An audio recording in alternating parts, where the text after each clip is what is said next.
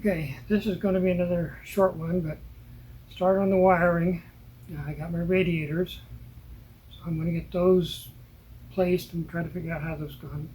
I've been doing some plumbing on the power steering setup. First try with some AN fittings. Seemed to work out well. I had to get some tools for that. Probably next step is I need to put the body back on temporarily so that I can figure out how I'm going to mount the radiators, because they actually stick out here, but I need to figure out where these vents are so I can figure out how to do that.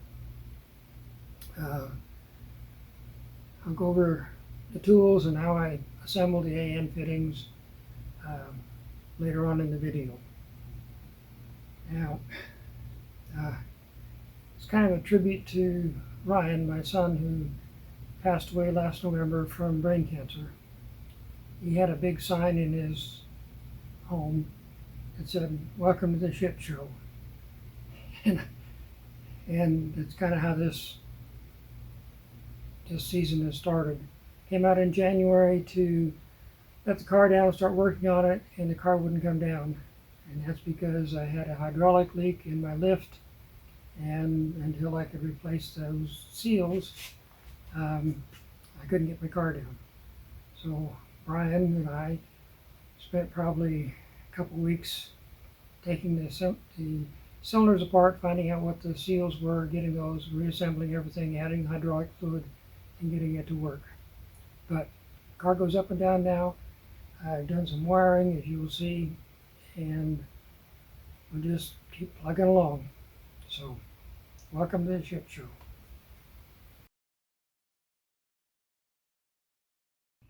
Here are the three fittings that I need for the power steering pump.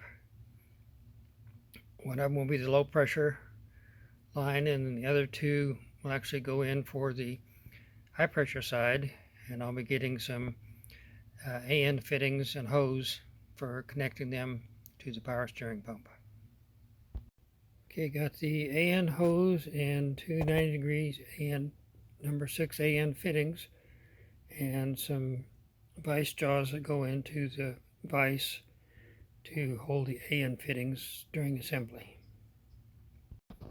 Okay, the original Corvette power steering pump is right here, and this is the new AN fittings that will replace it. Now, one thing I've learned is that with this braided line, to get a nice clean cut, you need to have some cable cutters. So those made the job a whole lot easier. So now I just have to hook it up.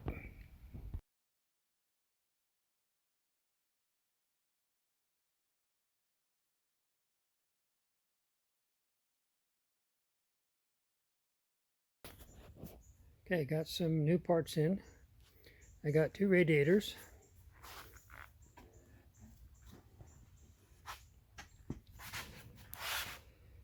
Nice 4-core radiators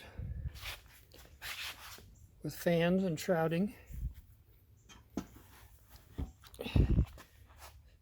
Comes with all the electricals, temperature sensor, relays, fuses, all that's included.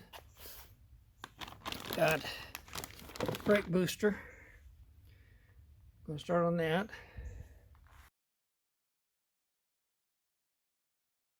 Okay, starting to finalize my wiring. I got basically my 4 fuses right here, which control everything to the engine. And then these will go to some different gauges and OBD2 connector. And then down here, that's the control box for the drive-by-wire. So that drive-by-wire, got to make a connection that goes up and plugs in right there.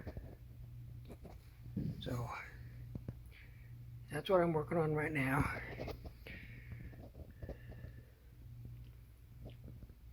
So I'll show you how I get there.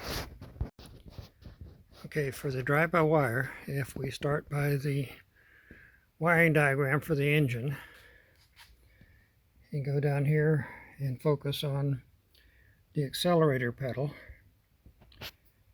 This here basically is the box that I just showed you inside the cabin. And this up here is the connection that I didn't have. So what I'm doing now is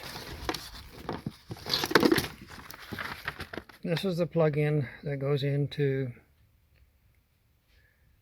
the actual accelerator pedal. So I had to splice these wires together to make the connection.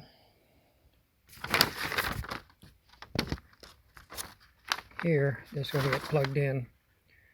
I just have 7 more wires to go. So, okay, working on the wiring. I got my master fuse block put in. This will be for the fuel pump, and then this is the actual relay for this whole setup. Over here, this will be the hot from the battery, constant on. This will go to the fuel pump, and this is the key on, which will activate everything. I always wanted one of these. Basically a thread matcher. So typically I had to go down to the hardware store and figure out what bolt I had. Now I got one for my own.